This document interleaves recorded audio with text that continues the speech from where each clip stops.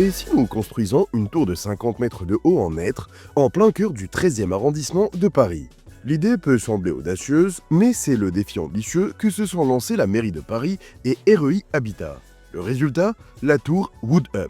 Aujourd'hui, je vous emmène sur les hauteurs de l'une des plus hautes tours en bois du monde. N'oubliez pas de liker et de mettre un pouce bleu si vous aimez nos vidéos. Mais avant de commencer, abonnez-vous à notre chaîne si vous appréciez ce type de projet hors norme. C'est parti! Pour comprendre les raisons qui ont poussé REI Habitat et la CEMAPA à lancer ce projet, regardons un point précis. Regardez cette photo satellite de l'Hexagone. Plus du tiers du territoire est recouvert de forêt. Pourtant, seuls 10% des logements sont faits en bois. À titre de comparaison, ce chiffre grimpe à 15,5% en Allemagne, 35% en Scandinavie et 40% en Amérique du Nord. En France, les maisons sont majoritairement construites en ciment, un matériau au bilan écologique plus conséquent. De plus, la France importe une grande partie de son ciment, Portland de Belgique, d'Espagne, d'Allemagne et du Luxembourg, ce qui creuse notre balance commerciale. Et ce n'est pas faute de savoir-faire. Ce sont bien des artisans français qui ont réalisé l'impressionnante charpente de Notre-Dame de Paris en un temps record. Le théâtre du peuple, dans les Hauts-de-Vosges, est lui aussi entièrement fait en bois. Et je ne parle même pas des maisons à colombage traditionnelles en bois qui aujourd'hui valent leur pesant d'or. Pourtant, malgré tous les atouts, le bois reste boudé par les Français lorsqu'il s'agit de logements. Par conséquent, lorsqu'un ancien échangeur du périphérique a été détruit sur les rives de la Seine, la CEMAPA et la mairie de Paris ont décidé de frapper un grand coup.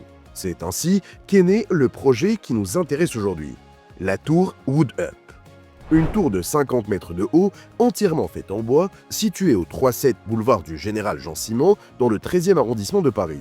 Du sol jusqu'à la façade, elle est construite en épicéa et en hêtre. À l'intérieur, on trouve des logements, des commerces et plusieurs espaces communs. Selon Umberto Napolitano, cofondateur de l'agence LAN, celle qui a dessiné la tour, Wood Up est l'un des premiers bâtiments en France à dépasser les hauteurs habituelles des constructions en bois. Ce projet novateur se positionne comme un démonstrateur, affirmant que l'architecture peut jouer un rôle clé dans la lutte pour la préservation de la planète. Voyons son cahier des charges tout de suite. Et si vous aimez notre travail, faites-le nous savoir en vous abonnant et en laissant un commentaire.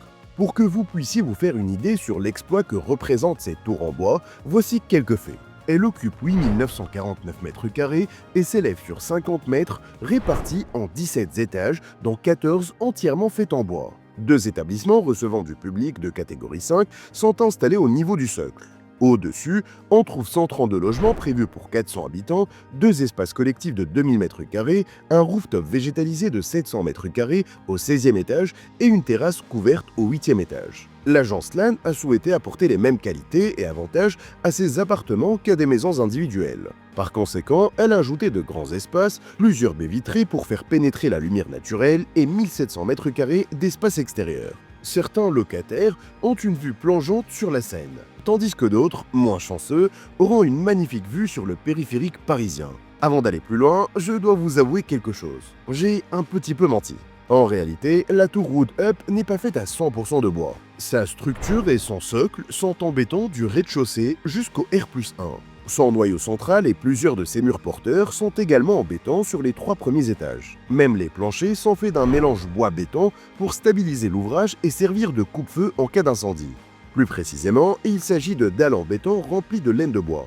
Et retenez bien cette mention sur les incendies, car cela a eu un impact non négligeable sur le projet. J'en parlerai en détail plus bas. Pour revenir à la structure de l'ouvrage, 3 essences de bois ont été utilisées. Pour les poteaux intérieurs, REI a opté pour le hêtre. C'est un bois dense avec une bonne résistance à la compression verticale et qui fait partie de la famille des feuillus. Ce dernier point est important car les feuillus représentent les 2 tiers des forêts françaises. Pour les poutres intérieures, c'est l'épicéa qui a été sélectionné pour sa meilleure résistance à la flexion comparée au hêtre. Enfin, pour les poteaux extérieurs et les encapsulages visibles depuis la rue, c'est du Douglas. La raison de ce choix est que le Douglas résiste extrêmement bien à l'humidité. Au total, 147 m³ de Douglas ont été utilisés ainsi que 131 m³ d'épicéa et 107 m³ de hêtre. Cela représente 6 forêts, 230 poteaux en hêtre et 570 poutres en épicéa. 66% du bois utilisé est certifié label Bois de France. Enfin, le choix du bois a permis de réduire de 60% l'empreinte carbone de la construction par rapport à une construction similaire en béton. La structure porteuse principale a été réalisée en poteaux et poutres en bois lamelé collé et non en poutre massive. La raison étant que le bois lamelé collé offre une meilleure résistance mécanique qu'une pièce de bois massive. L'ossature secondaire, quant à elle, est constituée de poutres lamelées collées et de planchers mixtes bois-béton.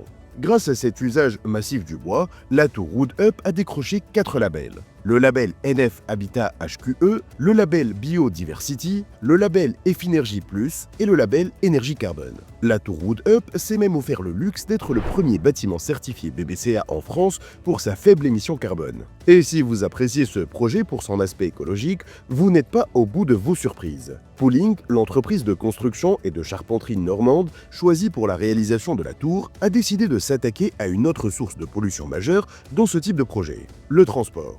Habituellement, les matériaux de construction sont acheminés sur site par des camions. Mais l'emplacement de la tour Wood Up au bord de la Seine a permis de se passer de ce mode de transport. En effet, Pooling a choisi le transport fluvial sur la Seine pour acheminer tout le bois nécessaire au projet. Le bois était chargé au port de Rouen, puis déchargé au port de Tolbiac dans le 13e grâce à un bateau pantant autodéchargeant Zulu de l'armateur français Sogestran. Au total, 14 convois fluviaux ont permis de transporter les 200 tonnes de bois nécessaires au projet. Grâce à la livraison fluviale, 2300 km de trajet en camion ont été économisés. Pour les franciliens, les péniches ont présenté l'énorme avantage d'être moins bruyantes que les moteurs des camions. Le coût total du projet s'est élevé à 25,1 millions d'euros hors taxe. Calculatrice en main, cela nous donne un prix de construction de 2700 € le mètre carré contre 2300 € le mètre carré pour une construction en béton. D'après les brochures du promoteur du projet, REI, l'immeuble devait être fini en 2021. Et cela tombe bien, nous sommes en 2025 au moment où je vous écris ces lignes. Voyons si cette tour en bois est bel et bien sortie de terre ou si ce n'était que de l'enfumage. Au passage, si vous avez aimé notre travail, montrez-nous votre soutien en vous abonnant et en mettant un like. Par ailleurs, si vous avez un projet qui vous tient à cœur et que vous aimeriez que nous traitions, dites-le nous en commentaire. Bon, on ne va pas faire de suspense. La tour est bel et bien livrée. Mais cela a pris 3 ans de plus que prévu par REI. 2 coupables se cachent derrière ce retard de 3 ans. Tout d'abord, la crise du Covid-19 qui a mis à l'arrêt la construction pendant plusieurs mois. Ensuite, la nouvelle réglementation en matière de sécurité incendie, notamment l'article 13 de l'arrêté du 13 août 2021 qui modifie les normes pour les habitations de la 4e famille. Désormais, il fallait calfeutrer les bois apparents des piliers et des façades dans les nouveaux immeubles. Exit la tour intégralement en bois donc. Et c'est là que le miracle s'est produit. REI a effectué des tests qui ont démontré les propriétés du hêtre face au risque incendie.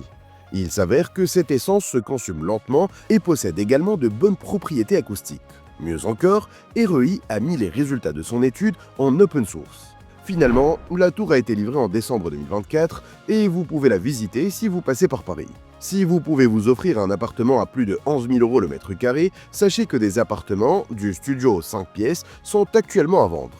Et si l'histoire se termine en happy ending pour la tour en bois, ce n'est pas du tout le cas pour une autre tour qui a voulu bouleverser la skyline de Paris en disant adieu au style haussmannien, la tour triangle. Foncez voir notre vidéo sur cette tour qui agace et énerve les Parisiens en cliquant sur l'image qui s'affiche à l'instant. Et n'oubliez pas de vous abonner et de nous dire si vous voulez voir votre ville avec plus de tours en bois à l'avenir.